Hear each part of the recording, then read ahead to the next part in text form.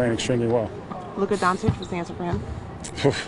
It's tough right now. I think his last 10, he's either averaging close to a triple-double or a triple-double. So he's really feeling good right now. We need to just make sure that he feels us. I think things were a little bit too easy in Miami, who's a physical team, packs the pain, and somebody that we can learn from. But I think it all starts with him. We got to cut the head off the snake and just do our best job that we possibly can on him. Keep him off the boards because he's so good on both ends. Rebounding the basketball, starting the break, but we need to jam him. We need Colin, Darius, Jetty, all those guys to do their work on them, and then we'll protect him on them on the backside. On the first game, you said that it was interesting shooting over their length, yep. Especially with the guards in the paint. As far as your front court, you got a little depth there. Tristan's back, Ante's back as well.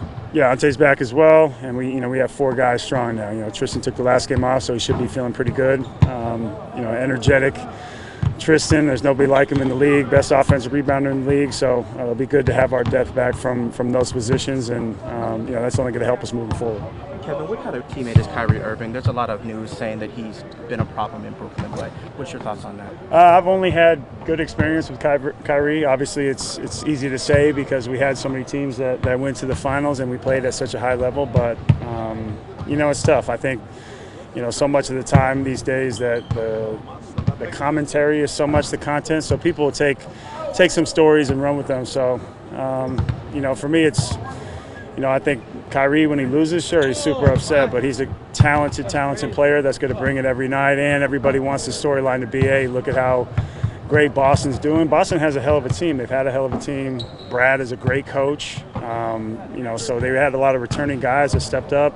Jaylen Brown got paid, so he's going out there playing extremely well. So, I think it's just, adjusting to a new city, new team, new organization in Brooklyn, and, them adjusting to how Kyrie plays. So, I don't really believe the narrative that he's a bad teammate because I never experienced that. And then what is your thoughts about Melo's first 2 games? I love to see Melo back. He's so great for this league. I grew up not only watching Melo, playing against him. He kicked our ass a bunch of times in this league, so I'm happy to see him back on a team that needs him, especially at that position because they had some guys out, hurt. Obviously, Collins was out. I think Whiteside's out.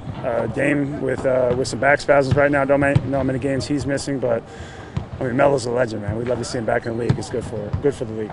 Kev, I asked Coach the same thing, but without you and Tristan, there's a reality of how difficult it's going to be for this team to win games. So how do you keep that and the guys from hanging on to that built-in excuse when you play against New York without you or Miami without Tristan? Yeah, I think even with both of us on the floor, we have a tendency to either hang our heads or feel a certain way when a team scores on us or we get down. We kind of give in at some points, and I think that's the true testament of a team is how you react during adversity, but it also shows us that we're a young team.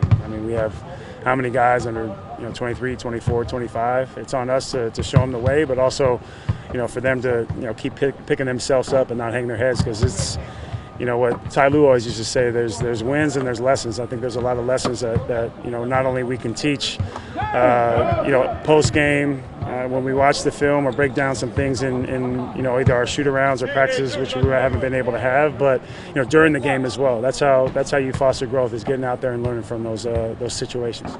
Because of that, and because of how difficult it is to win without you guys, do you anticipate fewer times where you guys are going to rest throughout the course of the regular season? Yeah, I think so long as we're feeling good, we're going to be out there. I think while it is good to get guys significant minutes and maybe wouldn't be playing as much because our depth is what helps us. I mentioned last game we don't have the luxury to even take games off, even though at some points with 5 games in 7 days, that's potentially what we'll be looking at, and that's something that will be talked about and communicated. But the strength is in our numbers. We don't have the luxury of having 3, 4 all-star type players. We have to go out there and fight every single night. Kevin, the words MVP have been going on here in Dallas the past couple of days. What have you seen from Luka in year 2? He's cut from that cloth. He definitely has that capability of being a MVP one day. I said after the first time we played him and just watching him, I don't even think it was 10 games ago that we played him. How many games ago was it? About around then. I thought, I said after the game, I really believe that he's, one of the guys, if not, the guy that's like the future of our league. just the way that he plays. Has that appeal to him, international appeal to him. He's in a great place and in a great system with Carlisle, who knows how to get the best out of every single player. So, I think, I speak very highly of him. Trae Young's another guy. I know they got traded, so they'll always be linked, but love his game as well. There's a lot of great young players in this league, and he's one of them.